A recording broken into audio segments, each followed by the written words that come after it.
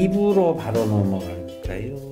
이번에 제가 직장 내 장애인식 개선 강사가 됐는데 거기에 핵심적인 게 그거예요. 4차 산업시대에 우리가 용기를 내지 않으면 우리 자체가 침몰할 수 있다는 거죠. 다양성을 갖고 있는 사람이 공동체 안에서 있고 그 사람의 인간의 존엄성을 우리가 같이 살려줘야 나도 살 수 있다는 거죠. 그런 공존의식 뭐 이런 게 우리가 실제로 당면에서 쓰러지 않고 같이 살 수 있는 동력이 그런 데서 나온다. 다양성 속에서 나온다. 이런 이야기들을 하면서 저도 굉장히 그 생각을 다시 좀 정리를 하는 계기가 됐습니다. 지난번에 그 눈이 안 보이는 판사가 이렇게 어떤 TV 프로그램에 나왔는데 엄마 얘기할 때도 울지 않았는데 울먹이면서 하던 말이 과 친구들이 수업 내용을 타이핑을 쳐서 점자로 바꾸는 것을 도와주거나 손잡고 화장실을 가거나 같이 밥을 먹거나 그 친구들은 아주 가벼운 호의를 베풀었다고 생각했겠지만 자기 같은 경우에는 그때 그 친구들 하나하나의 도움이 살아갈 힘을 주었다고. 왜냐면 후천적으로 눈이 안 보이게 된 분이셨대요. 그래서 너무 절망감이 있었는데 그런 하나하나 사소하지만 각별한 호의들이 나를 살게 했다 라고 얘기를 하더라고요. 그게 용기거든요. 용기를 낸 사람이 그죠. 갈 수 있어요.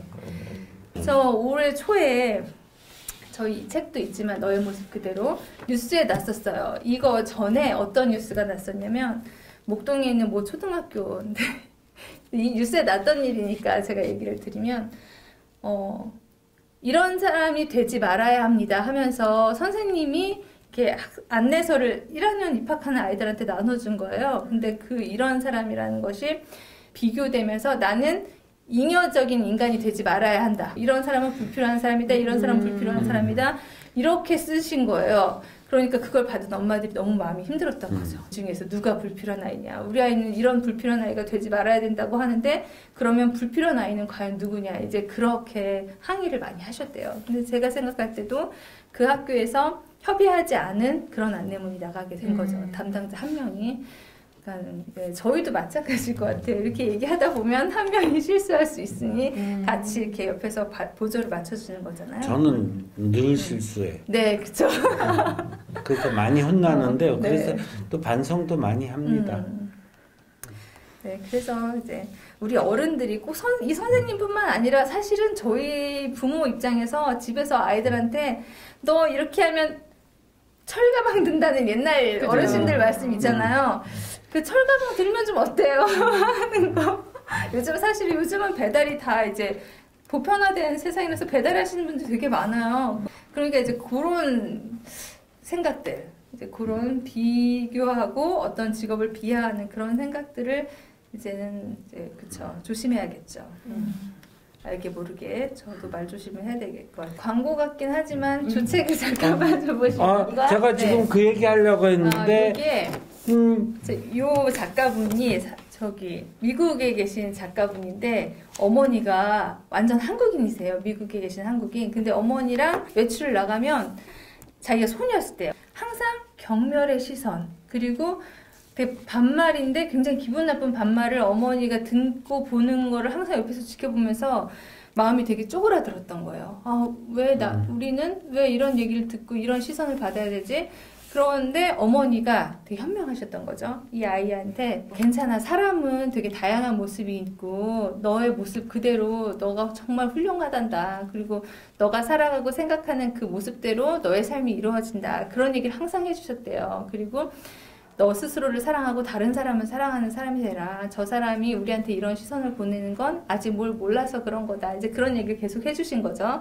이제 그 얘기를 듣고 자라서 나중에 그 어머니의 말을 가지고 이 작품을 만든 거예요. 그래서 그 요즘 인종차별들 되게 심하잖아요. 미국 안에서. 이 코로나 관련돼서 이제 동양인들을 굉장히 비하하고 폭력도 일삼고 하는데 딱 필요한 책을 낸 것 같아가지고 되게 좋더라고요. 그래서 이 메시지가 세상에 필요한 거 너의 모습 그대로다. 뭐 피부가 까맣든 하얗든 노랗든 또는 뭐 장애가 있든지 없든지 또 남자든지 여자든지 전 세계적으로 이런 메시지가 잘 갔으면 좋겠더라고요.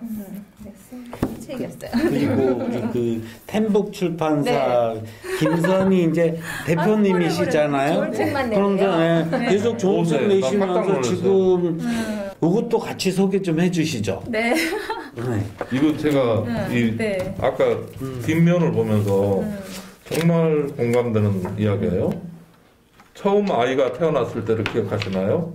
작은 몸짓, 표정 하나에 온 가족이 기뻐하며 웃을 수 있었죠. 엄마, 아빠라는 서툰 말도 얼마나 놀랍고 특별했는지 모릅니다.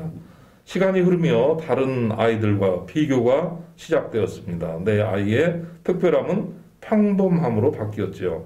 심지어 사소한 아이처럼 보이기도 했습니다. 사랑받기 위해 태어난 소중한 우리 아이는 그 누구도 섣불리 평가할 수 없습니다. 부모라도 말이죠. 믿고 격려할 뿐이었던 우리의 첫 마음을 이제 다시 함께 기억했으면 좋겠습니다. 엄마, 아빠들, 부모님들이 우리 집에 선물처럼 온 아이 그 첫사랑을 회복할 수 있는 이 중요한 또 책이 나왔다고 봅니다. 네. 감사합니다. 정상희 기자님 목소리를 읽으니까 되게 감동이 막 살아나. 이거 만들 때 감동이. 저도 전혀 예기치 않았는데 마치 준비하신 것처럼 감사합니다. 네. 너무 잘 읽어주셨어요. 정창규 기자님이 읽어주는 게 훨씬 더 낫네요. 그러게요. 저것도 소개를 부탁드립니다. 우리 템북 출판사 책을 매번 소개하는 타임을 가져야겠네요. 굿아이들. 네. 자, 우리 다음은 우동꽃 보이는 라디오 최고의 미모와 목소리, 아름다운 목소리의 주인공 네, 김선희 아나운서께서 카페를 가서 재미있는 얘기를 또 골라서 찾아서 네, 안녕하세요. 네, 김선희 아나운서입니다.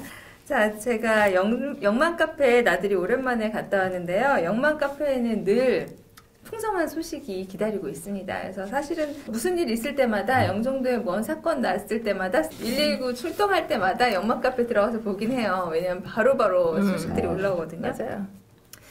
자, 그런데 이제 코로나 관련돼서 소식 2개 일단 가져와 봤어요. 자, 코로나 백신 접종했습니다. 그래서 접종한 이야기 해주셨어요. 직장에서 팀이 다 맞으셨나 봐요. 저희 팀에서도 몸살 감기 정도로 아픈 분, 그냥 아무렇지도 않게 지나가는 분들도 있고 면역 반응이 가지각색이라 저도 걱정되기는 하는데 백신을 빨리 맞는 게 나와 공동체를 위하는 길이라는 생각으로 아프면 타이레놀 몇 알 먹고 말지라는 생각이 드네요. 근데 자기가 이제 옛날에 독감 예방 접종 하셨을 때 며칠 컨디션이 안 좋으셨대요. 근데 맞아봤더니 별 걱정하지 않아도 될 것 같다. 이렇게 말씀해 주셨고요. 공항 근무자들 중 일부 부서는 먼저 맞을 수 있게 되어 운 좋게 일찍 맞게 되었네요. 일단은 맞고 나니 약간 안심도 되고 한 가지 방어막이 더 생긴 것 같습니다. 지난 3주 동안 구내식당과 헬스장에서 확진자의 동선과 시간이 겹쳐 코로나 검사를 2번이나 받았습니다. 방역수칙을 잘 지켰고 마스크를 잘 착용해서 괜찮을 거라 생각했는데 막상 음성 나올 때까지는 조마조마했습니다. 백신 접종 48시간 후에 면역 반응 여부 올릴게요. 이렇게 글을 써주셨어요. 그래서 코로나19 예방접종 증명서 뭐 이런 것도 주나 봐요. 그래서 이제 다들 몸조리 잘하세요. 뭐 부작용 없이 지나가시길 이렇게 댓글들을 달아주셨고요. 이게 지금 하도 뉴스에서 맞고선 부작용 있는 사례들이 뉴스에 나오는 거잖아요. 부작용 안 나는 사례들도 더 많이 사례들이 사실 더 많을 텐데. 그럼요. 네, 그 부작용이 극소수 아닌가요? 극소수죠. 네, 그렇지만 이제 극소수가 뉴스에 나오니까 이제 다들 불안하실 것 같긴 해요. 그래서 백신 접종이 이제 일반화돼서 빨리 이 마스크 벗는 날이 왔으면 좋겠네요, 진짜. 네, 하늘결 영맘님께서 올리셨습니다. 코로나 백신 맞은 지 7일차라고. 지난주 맞기 전 긴장돼서 영맘 영파님들께 응원 많이 받고 다녀왔어요. 다행히 큰 증상 없이 약한 몸살 기운만 있었네요. 타이레놀 받아서 꼬박 잘 먹으니 증상도 하루 만에 거의 없어지고 좋았어요. 수분 섭취 많이 하고 잘 쉬어준 게 가장 큰 도움이 된 것 같아요. 며칠 지나니 코로나 백신조차 부족하다는 더 불안한 뉴스들이 있네요. 백신에 대한 불안감으로 맞으실 차례 미루지 마시고 맞으셨으면 좋겠어요. 맞고 나니 항체는 아직 생기기 전이지만 뭔지 모를 불안함의 일부가 조금씩 사그러드는 것 같은 느낌입니다. 그래서 기회 되면 다들 맞으시라고 이렇게 올려주시는 거예요. 여러분들이. 이런 글들이 서로 용기를 주는 것 같아서 좋은 것 같아요. 다른 대안이 사실 없으니까요. 사실 진짜 제가 궁금해가지고 계속 보는 뉴스가 있어요. 아예 그 방이 따로 있는데요. 지난번에 우리 학폭으로 쓰러졌던 아들 있잖아요. 네, 그 네, 아들 소식이 그렇죠. 계속 예. 꾸준히 올라오고 있어요. 근데 그 아들 소식을 좋은 이웃 영파님께서 길게 올려주셨어요. 그래서 안녕하세요, 아들 소식입니다. 네. 깨어는 낫죠. 그럼요. 안녕하세요, 영맘 가족 여러분. 아들 아직 잊지 않으시고 걱정과 격려해 주셔서 너무 감사드립니다. 저희도 영맘 여러분들의 주신 사랑 잊지 않고 늘 감사한 마음으로 살고 있습니다. 많은 분들이 궁금해하셨는데 이제야 영맘에 인사 올리게 돼서 너무 죄송스럽습니다. 현재 아들 상태는 여러분들의 걱정과 격려로 많이 호전되고 있습니다. 하루 종일 꼬박 쉬는 시간 거의 없이 재활에 매진하고 있습니다. 정말 다행이죠. 아침부터 연하, 언어, 전기, 운동, 기구, 한방까지 오전이 끝나면 다시 이 스케줄대로 오후를 보내고 저녁을 먹고 잠이 듭니다. 아들의 상태는 오래된 사지마비로 발성 근육과 발음이 부정확해서 말을 어눌하게 하지만 의사 전달은 가능한 정도이고요. 부축해서 걸음만 하는 정도까지 가능해졌습니다. 정상적인 생활까지는 언제가 될런지 알 수도 없습니다. 다만 조금씩 돌아오는 것에 희망을 놓지 않고 열심히 치료해서 집에 빨리 가자 하면서 화이팅하고 있습니다. 여러분들의 응원과 걱정이 아들에게, 저희 가족에게 큰 힘이 되었습니다. 감사합니다. 저희도 이제 정상적인 생활을 위해 심리 상담 치료와 정신과적 치료를 병행하며 많은 노력을 하고 있습니다. 운영하던 매장도 차츰 정상화하려고 하는데요. 많은 응원 부탁드립니다. 그동안 심려 끼쳐드려 죄송합니다. 별 말씀. 항상 웃음 잃지 않는 영만 가족 여러분들 되시길 바라고 기도하겠습니다. 감사하고 감사합니다. 네. 그래서 이제 댓글이 373개가 또 응원 댓글이 쭉 달렸어요. 와중에 어쩌면 네. 글도 그렇게 정갈하신지. 네. 그래서 다행히 힘을 내서 오전 오후로 다 재활치료를 하고 있다니까 정말 감사하고 다행이더라고요. 근데 법정 최고형이라고 해도 청소년이어서 제가 알기로는 10년까지로 들었거든요. 근데 그게 다 될지 어쩔지는 모르겠지만 하여튼은 뭐 그걸 떠나서 아들이 잘 회복돼서 어서 집으로 왔으면 좋겠는 마음은 다 똑같으실 거예요. 그렇죠?